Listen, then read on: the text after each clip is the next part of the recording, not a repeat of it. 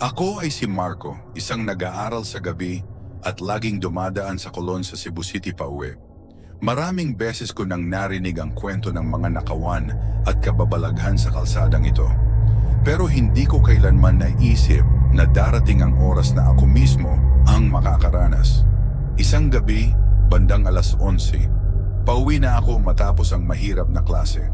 Madilim ang Colon at halos wala ng tao sa paligid. Sa kalagitnaan ng katahimikan, napansin ko ang isang lalaking nakasunod sa akin. Mukhang ordinaryong snatcher, malaki ang katawan, medyo madungis ang damit, at mabilis ang hakbang palapit sa akin. Nagmadali akong humakbang, ngunit naramdaman ko siyang humahabol. Sa sobrang takot, binilisan ko pa ang lakad, ngunit parang mas lumalapit pa siya. Nang papalapit na siya, bigla kong naramdaman ang lamig na hindi karaniwang pakiramdam, parang may kakaiba sa paligid. Sa huling sandali bago ko sana iaabot ang wallet ko, napansin kong iba ang kanyang itsura. Ang kanyang mga mata ay maputla, parang walang buhay, at ang kanyang balat ay tila maputlang asul, parang wala ng dugo. Nang makaharap ko siya, bigla niyang sinunggaban ang braso ko. Malamig ang kanyang kamay na parang bakal.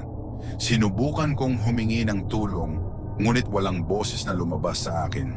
Sa gitna ng dilim, napansin kong hindi siya humihinga at may kakaibang amoy ang sumisingaw sa kanya. Parang luma, bulok at hindi kayang ipaliwanag. Hindi ko na namalayan kung paano ako nakatakbo palayo. Pero nang lumingon ako, wala na siya. Ang buong paligid ay nanatiling tahimik.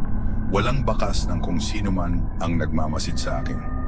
Ayon sa mga kwento ng mga matatanda sa Colon, may mga espiritu daw ng mga hindi matahimik na kaluluwa sa kalsadang ito.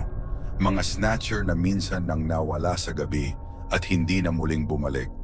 Hanggang ngayon, hindi ko makalimutan ang malamig na kamay na yon at ang mga matang walang buhay. Hindi ko alam kung tao nga ba siya o isang nilalang mula sa kabilang buhay.